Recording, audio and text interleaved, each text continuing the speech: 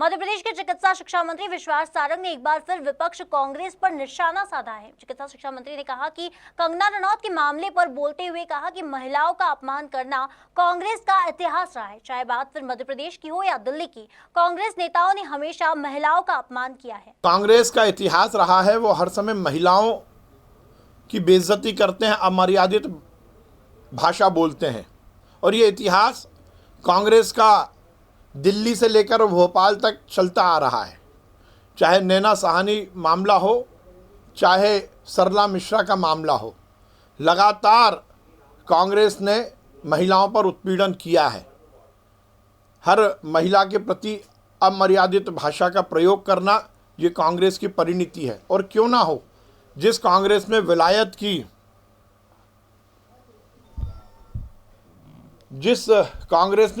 की नीति अपनाई जाती हो, जिसमें इटली का साम्राज्य चलता हो, जिसमें सोनिया गांधी के माध्यम से पश्चिम की संस्कृति को अपनाकर इस देश में महिलाओं को अपमान करने की आदत बना दी गई हो, कांग्रेस में तो वो नेता आगे बढ़ता है जो अपनी सांसद को टंचमाल कहता है। दिग्विजय सिंह जी ने मीनाक्षी नटराजन को टंचमाल कहा था।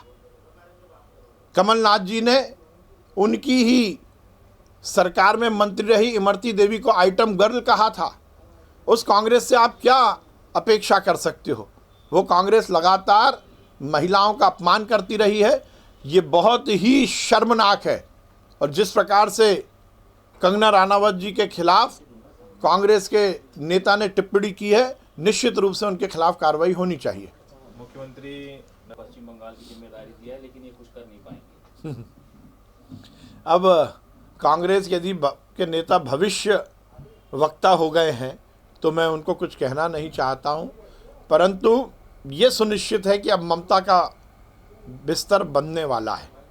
जिस प्रदेश में राम के नाम को लेकर आपत्ति दर्ज करती हो वहाँ की बंगाल की सरकार, जिस प्रदेश में ममता श्री राम के नारे से चिढ़ती हो, जिस प्रदेश में हमारी संस्कृति को लेकर अनर्गल बातें की जाती हों, जिस बंगाल में सुभाष चंद्र बोस का अपमान होता हो, वो बंगाल जो रामकृष्ण परमहंस का है, वो बंगाल जो विवेकानंद जी का है, वो बंगाल जिसने वीरता देखी है सुभाष चंद्र बोस की, वो बंगाल जो रविंद्रनाथ टैगोर के साहित्य से इस देश की आज़ादी से जुड़ा हुआ हो, वो बंगाल जिसने हजारों क्रांतिकारियों को जन्म दिया हो, उसमें अब ममता की अराजक सरकार नहीं चलेगी। जो घुसपैठियों को संरक्षण देती हैं, जो आतंकवादियों को संरक्षण देने की बात करती हैं, जो बंगाल को तोड़ने की बात करती हैं, जो बंगाल के विकास के खिलाफ जाती हैं, जो हिंदुओं के खिलाफ बात करती हैं, जो राम के खिलाफ बात करती हैं, उसमें हम यदि कुछ कर पाएंगे तो यह हमारा सौभाग्य होगा।